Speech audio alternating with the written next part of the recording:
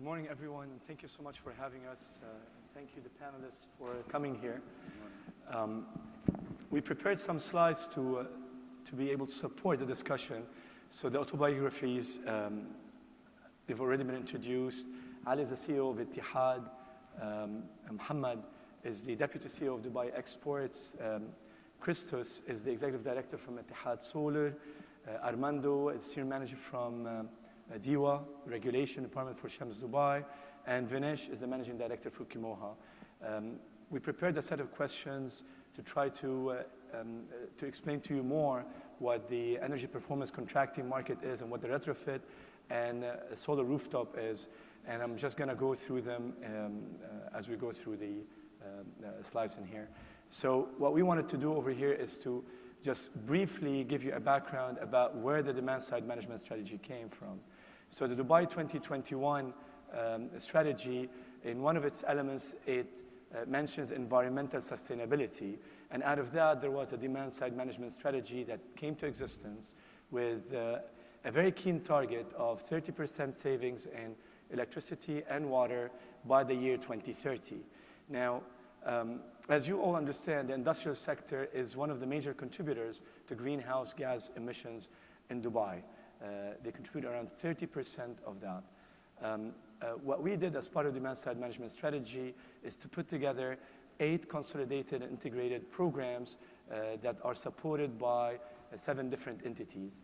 For the sake of this presentation, we're going to focus on program number 2, which is building retrofits, and Shams Dubai, which is the distributed solar program of Dubai. And with this, I want to start with our first panelist, Ali. Program number 2, which is building retrofits, was created as part of the demand-side management strategy, but Ittihad was created in 2014 to fortify basically all of the work that we are doing to retrofit the buildings here in Dubai. Can you tell us more about the targets of the program number 2 and what Ittihad Solar, what Ittihad Energy Services is about? Well, Ittihad was established in 2013, 2014, and the target set by the government, which is represented by the Supreme Council of Energy, was to retrofit 30,000 buildings out of approximately 120 to 130,000 buildings in Dubai. We have so far retrofitted, we aim to retrofit 2,000 buildings approximately every year. And for 2016 and 17, we have achieved that target, alhamdulillah. When the government put the target, and they have set the targets for Ittihad, they also thought of having the government entities leading by example. So they thought of their own facilities as a government to lead by example before going to the industrial and the commercial sector. So what they have done, they have asked us to retrofit the 61 government entities and their facilities. Now that we have engaged approximately 41 government entities, we are ready to go to the private sector, commercial and industrial, and retrofit those facilities that they also consume energy if we look at the targets of the whole overall Emirate of Dubai. Now, I want to add to this and just a clear comment. When we talk about retrofitting of building envelopes, we're not talking about process re-engineering. Yes. The focus of Ittihad Energy Services is retrofitting the building envelope of your factories and not your process re-engineering. And for this, the key areas that you focus on, Ali. We have a list of 150 energy conservation measures that we look at in every facility. So, but the major ones are on the screen now. We look at the cooling, lighting, water fixtures, and the building envelope. In cooling, the cooling represents between 70 to 75 or 80% of your energy bill. That's why we look at the cooling. Lighting represents approximately 15% of your energy bill, and the water fixtures between 40 to 80 of your energy bill. So these are the most important 3 energy conservation measures that we look at immediately in every facility and in any facility when we go to. In case the factories or the industrial clients over here would be interested to work and get a retrofit done through Ittihad ESCO, what should they do? What's the process? Well, the process is to approach Ittihad and engage with Ittihad and signing an MOU so we could exchange the data and share the data. We also have access to DIWA where we can obtain that facility's energy consumption for the past 3 years, past 4 years, so we know the baseline of the consumption and we set a baseline for the consumption where from it we can simulate the energy saving and energy consumption. So we get that data, we sign an agreement, and then we estimate the savings for that facility by looking at the previous year's data. Once we have an estimate, and we initially determine some of the areas where leakage are, consumptions are, high peaks are in the previous year's consumption, then we have a trend of how that facility is consuming its energy. And then we could tell how we could save, and we could tell how we could approach that facility in terms of saving energy. And then we go to the execution, tendering, and all that process. Ali, can you tell us an example of a success story that you have here in Dubai? We talked about that. We have many successful stories, alhamdulillah, in Dubai. I think we are proud of the team in Ittihad. The team in Ittihad made several countries to grab attention. And several countries are looking at the model of Ittihad because of the team in Ittihad. We have the largest retrofitting projects in the region. We had Jabal Ali Free Zone Authority at an investment of 64 million dirhams and a saving of approximately 28 million dirhams every year. We just recently announced at Wedges signing Dubai Airport, Terminal 1, Terminal 2, Terminal 3, and Concourse B at more than 140 million dirhams. And the saving in Dubai Airport will be 30 million dirhams every year. Yes, very successful projects, alhamdulillah. Nice stories to tell about Dubai and the retrofitting. Thank you so much, Ali. I'm going to go to Christos and basically ask this question. I mean, going the extra mile, Ali is saving energy. Solar is all about conserving energy. Can you tell us more about Ittihad Solar and how are you guys involved with that?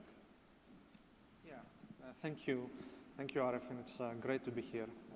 Ittihad Solar is the newest addition to the Ittihad ESCO group. We've been building the business for a little bit over a year now, and we are quite pleased with the results. As of today, we have publicly announced signing of deals of about 14 megawatts. Now you will hear in a little bit about how the overall market works and where we stand in terms of overall installed capacity under the distributed Shams Dubai regulation, which is close to 19 megawatts. So just with the projects that we have the capability and the potential to basically double the installed capacity when these projects are executed next year. So we are quite pleased with the results so far. And basically that also speaks well to the economic viability of the projects, but also the momentum gathering under the Shams Dubai regulation. Now our business model is basically an A to Z business model. We take the customers all the way from the beginning, which is a feasibility study. That includes a technical and an economic study, to financing structuring if that is required, and there are different ways to basically structure a project like that from a financial perspective.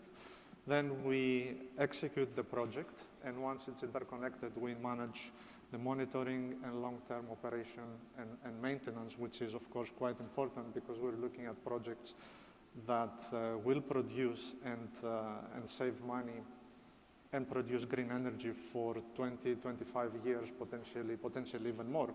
So having a reliable development and execution, along with a reliable O&M, all integrated in one package is obviously extremely important to the end result. Well, having said that, Christos, I don't think any of this would have been made possible without the regulation that was developed by DEWA. So DEWA developed the Shams Dubai regulation back in 2014.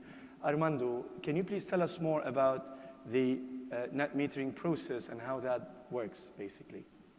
Certainly. Thank you, Arif, and good morning, everybody. I will actually start with the question, how many of you have heard about Shams Dubai? Like, put your hands up, just to know. Good. I promise I will not be calling anyone on stage. Okay, there's probably half of the room, and so it's good to introduce it for everyone. I would say, if you need to remember one thing I will be saying today, remember this one. DEWA has introduced Shams Dubai, which is the distributed solar framework, which allows you to install and connect solar panels at your premises, to generate your own green energy, and it's a big opportunity for you not only to achieve CSR objectives, be more sustainable, but also to save on your bills. This is the one thing you want to remember and look into Shams Dubai if you have not done it yet as you go back this afternoon. Step back. You know how sustainability is important for Dubai and for DEWA. DEWA is doing many things on sustainability, from the investments we are doing in huge solar capacity, from leading by example on energy efficiency retrofits, from increasing awareness. But one important thing for us is to empower customers. We want to make you able to give your contribution to sustainability. That's why we have set up a regulation that allows you to install solar panel, PV systems at your premises, connect to the DEWA grid, and generate your own green energy. Now, the beauty of Shams Dubai is that you can connect to the grid. It saves you battery. It saves you cost for energy management unit. You don't have to take care of that. It's connected seemingly to the grid. And also, this allows you to inject into the grid whatever extra power you might have at some point when your system is generating, but you don't need that power. And look, whatever you inject into the grid, you don't lose it. It will be discounted from your bills. It will be deducted from your bills at the end of the month. So this creates a very attractive incentive. And for large projects that you typically have in commercial industrial facilities, warehouses, payback time is as low as 5 years, 6 years. As Christopher said, there is a very good economic case.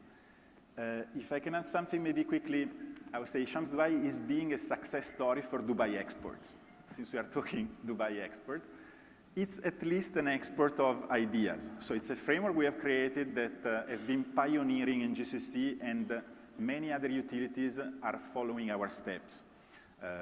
SEC, the Saudi regulator, is going on in Bahrain, in Oman. Everyone is looking at Dubai as the leading example to follow. And we hear that from manufacturers, from contractors, from customers, from the utilities of those countries. It's also placing Dubai in the map of the region as the place to be for solar. We are ahead of the others, and we know how good of a place to do business Dubai is. So many contractors, manufacturers with regional ambitions are actually looking at Dubai as their base to serve the entire region. It makes a lot of sense. Well, Armando, thank you so much for that explanation. In terms of process, how long does it typically take, and what is that process? Yes. So the good news is on so how do you get connected? How do you get solar up and running on your buildings? The good news about process is you don't need to know in detail that process. Like for any other connection project, your consultant and contractors will take care of it. Okay? So for sure there will be a set of approvals to be taken from DEWA, a set of approvals to be taken from the civil authority, the Dubai municipality, or the planning authorities in the free zones. But there is an active solar industry out there that might already be chasing you to actually do projects with them, and they know how it works. They can take care of it end to end. The thing you want to remember is if you start today and you are in a rush to get your solar systems up and running, it can be as low as 6-7 months for a relatively large system to actually, for you to look into it, choose the right consultant, contractor, get it up and running and connected through DIVA. Of course, there's steps like NOC, design approval, connection, there's a test after connection. If someone is interested, maybe in the Q&A we can go through it, but I would say it's not really the key thing you want to know, probably. Thank you so much, Armando. The second question goes to Ali. Now, we've just understood that there is retrofit and there is solar. One of the key questions that will kind of come from everybody is, how can we fund it? Can you tell us a little bit, Ali, about the program that you have created specifically for Dubai Industries? One of the advantages to work with Etihad, that Etihad arranged the financing scheme and the financing to the projects. Now, for example, Dubai Airport, to sign a project with Etihad more than 140 and become one of the most, or one of the first airports in the region to retrofit and invest that much money, there must be a secret, yeah? So the secret is that Etihad is financing the project. There is no down payment from Dubai Airport or advance payment, where the client feels very much safe until the saving is produced and proved. So once the saving is proved, then Dubai Airport starts realizing that there is a saving. From that saving, the payment could be done. So there is no loss to the client at all, you know. Etihad manages the whole system and gets your bill and the saving from your bill, finances it from the financing institute, provides the contractor and the energy services company the resources and the support, and gets the project done. The client realizes the saving all of a sudden after 1 year. So at zero down from the client, they get the whole project from A to Z, Yes. done and generating savings. Yes, well, the success of the model is that we provide guaranteed saving and we back it with bond. So there is a bond from the bank issued to guarantee that saving. The previous models where the other countries or perhaps other energy services companies were working with was a shared saving, where they share whatever saving they produce in that facility. And that was a loss to the client, because sometimes 50% of your saving is gone to cover the cost of the energy service company. And it was not a success. I don't think personally that model would have suited Dubai. I'm sure there will be a lot of questions on that. Ali, kind of brief comments on why is it beneficial to work with it? Yes, it's already done. It is beneficial to Etihad because Etihad is mandated to achieve the goals of 30% reduction in the government entity. If you look at the overall Dubai Emirate facilities, 30% is not an easy number, and it's not a small number either. So it's a very difficult target to achieve, and it means a lot for the government entities. If you take 30% of the energy consumption overall Dubai, it's a big number. We're talking 9 digits. Thank you, Ali. The second question would be talking about success story from Kimoha. And Kimoha actually had a video for this purpose. I'm going to try to see if we can play that video. Can somebody do that for us? Yes. Kimoha is very proud and happy to announce the installation of the solar plant with installed capacity of 1.0143 megawatt at our factory at Jafsa South. Since inception, Kimoha has adopted to be one step ahead in embracing the technology in printing, as well as obtaining the first gold LEED certification from the US GBC for its manufacturing facility used by any of printing companies within the GCC. After taking so many green initiatives, it was natural for Kimoha to adopt the new Green Clean Energy Initiative to generate power from the solar energy for the benefit of the mankind as well as the people of UAE as per the vision of His Highness. We were very keen to put solar plant right in the beginning when we constructed our present factory in the year 2011. But at the time there was no clarity and no regulation for net metering. This was announced in February 2016. Soon thereafter we explored the regulations and the options available to install solar plant on the roof of our factory. With the commencement of this plant, we have one more feather in our cap. This plant can produce up to 1.6 megawatt of power, equal to approximate 35% of our energy requirement. To the best of our knowledge, out of the solar plants installed within JAFSA, so far up to May 2017, ours is the largest solar plant. QMO is always at the service of the government and support the vision of His Highness of innovation, sustainability and saving the environment. We always value the support, encouragement and guidance from JAFSA, Dubai Chamber, Dubai Exports, Dubai Customs, DEWA and all the government authorities. Well, Vanish, thank you so much for the video, very informative. Tell us a little bit quickly about what happened at Kimoha and how you guys made it happen. See, the solar was, we are always a green initiative all the time whenever we are done the new factory. And when we are done it in 2009, construction started. That time solar system was not available. The net metering and everything was, process was not there. As soon as came to know, we installed, and we had a fantastic support from all over the place. DEWA has supported, JAFSA has supported, and everywhere we have done it. And we have saved so far up to 50% of power of us because of summertime. And it was, the good experience.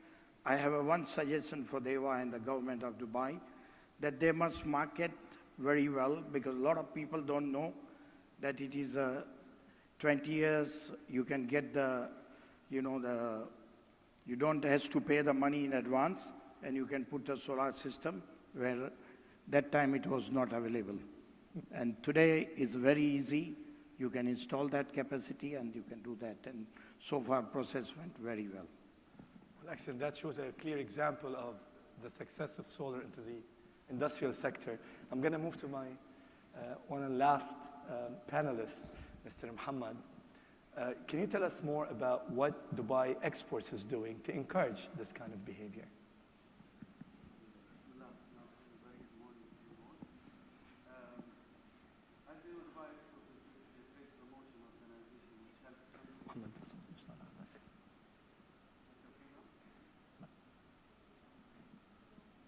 Keep talking. I keep talking. Yeah.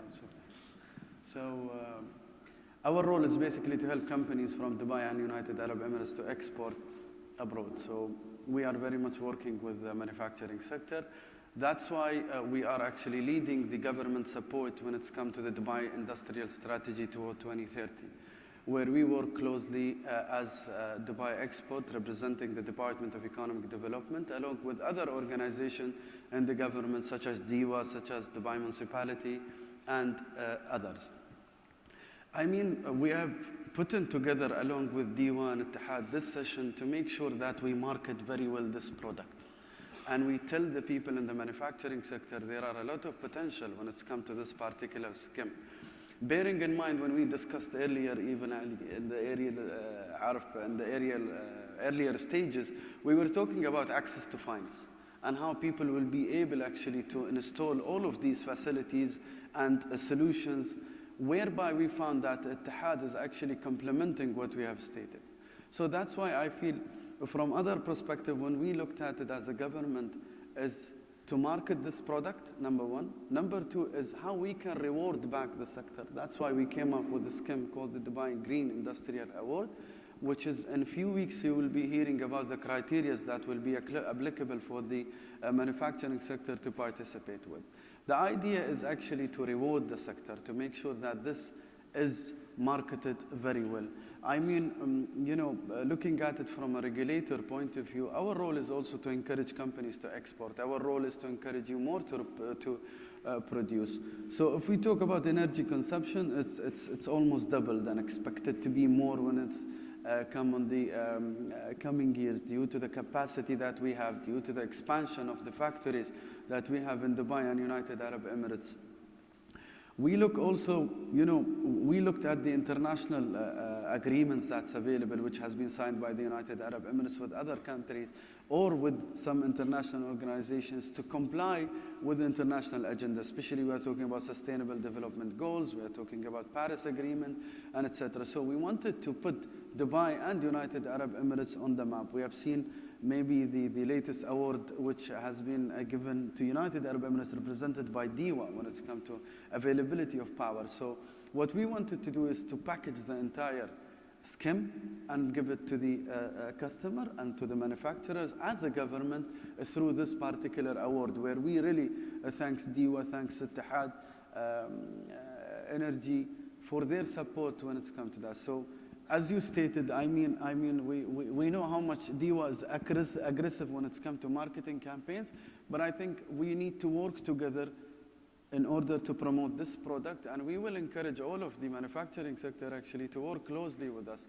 Maybe accessibility to finance, which is available in Ittihad, we will be also coordinating in the future through similar products, several programs that will be launched. We've been also trying to hook up some banks with us also to see how we can have access to finance and to work closely with Ittihad as well from another perspective. All what I've stated is actually going to help and support the objectives of the Dubai Industrial Strategy 2030, which you have heard where we have reached so far in terms of achievement, in terms of what is going to be left for us yesterday. Excellent. Thank you so much, Muhammad. Now we have the know-how, we have the funding, and we have the determination of the government to stimulate the market and support you guys. Now we can have your questions. If anybody has a question, please do not hesitate. Otherwise, we'll do it offline after the event. So, ladies and gentlemen, remember, this is your opportunity to find your voice, share that into action, and if we can have your name, your companies, and your question, we have time just for 2. Thanks, gentlemen.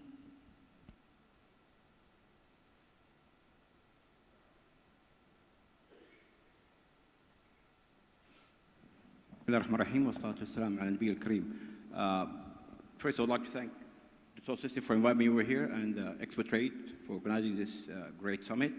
My name is Munir Bakhsh. I'm with Taqniya, based in Riyadh, Saudi Arabia. My question to Mr. Ali about the solar system. Are you guys, and regarding the market, are you only marketing in UAE, or you're marketing to GCC or to Saudi Arabia? Or you have a plan or future plan to implement your services to the GCC country, specifically to Saudi Arabia? Thank you very much for this question. It's an excellent question. Actually, yesterday and today, there is a summit called Retrofitec KSA. It is already there, and somebody is representing Ittihad and KSA to talk about the services that Ittihad provides. So we are ought to go and expand to GCC and the region.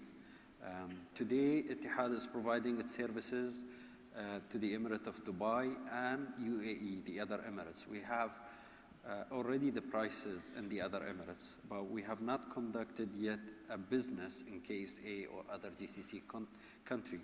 But it is in the plan, yes. Ittihad is ought to expand. Thank you.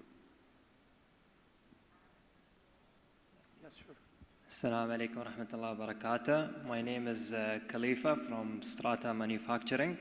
And so first I'd like to thank our panelists today for the information you've given us.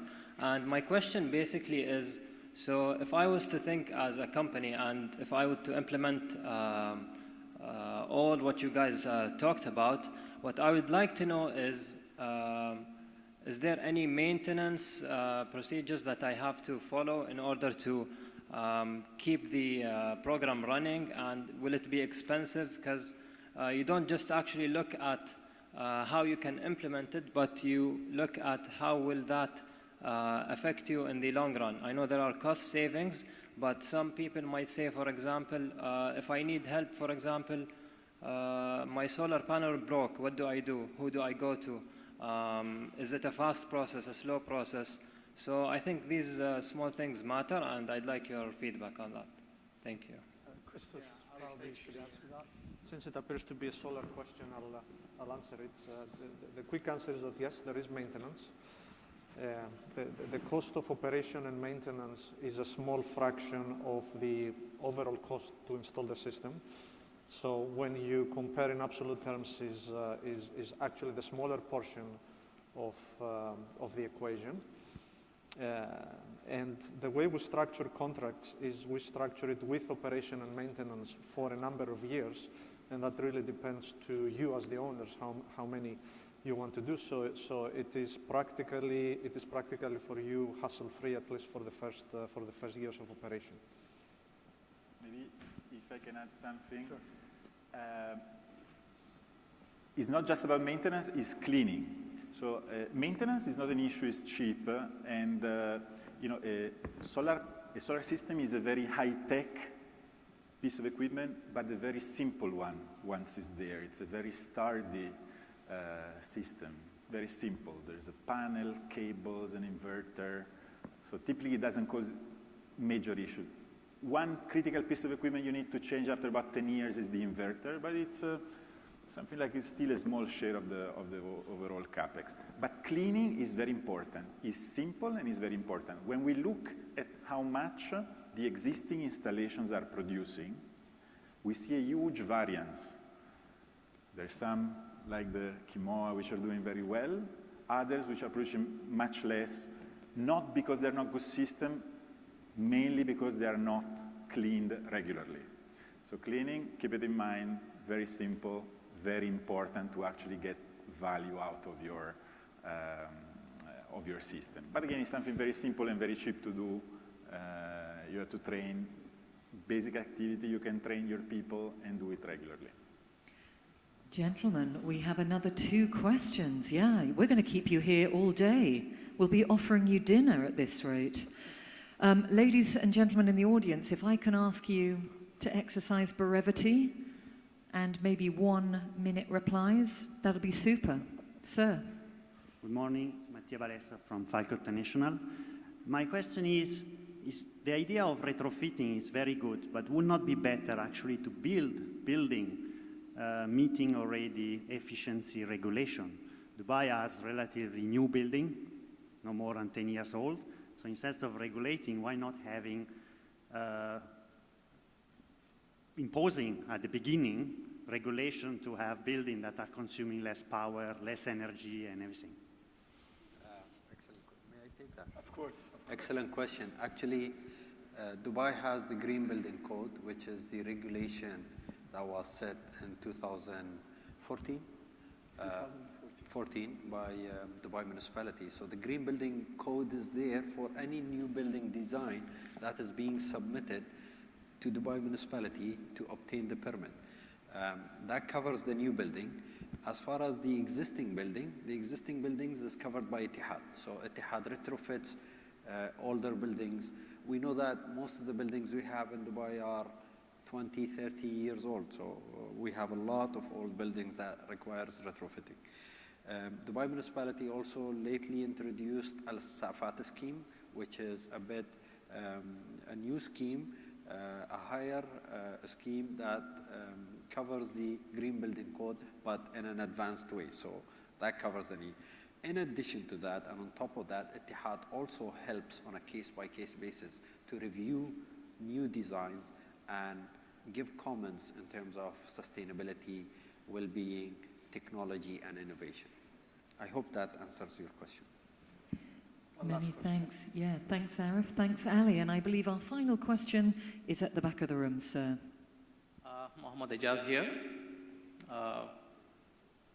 My question could be to the entire panel board here. It could be a question, or you can take as a suggestion. Most of we people take flights in the evening or landing in the evening.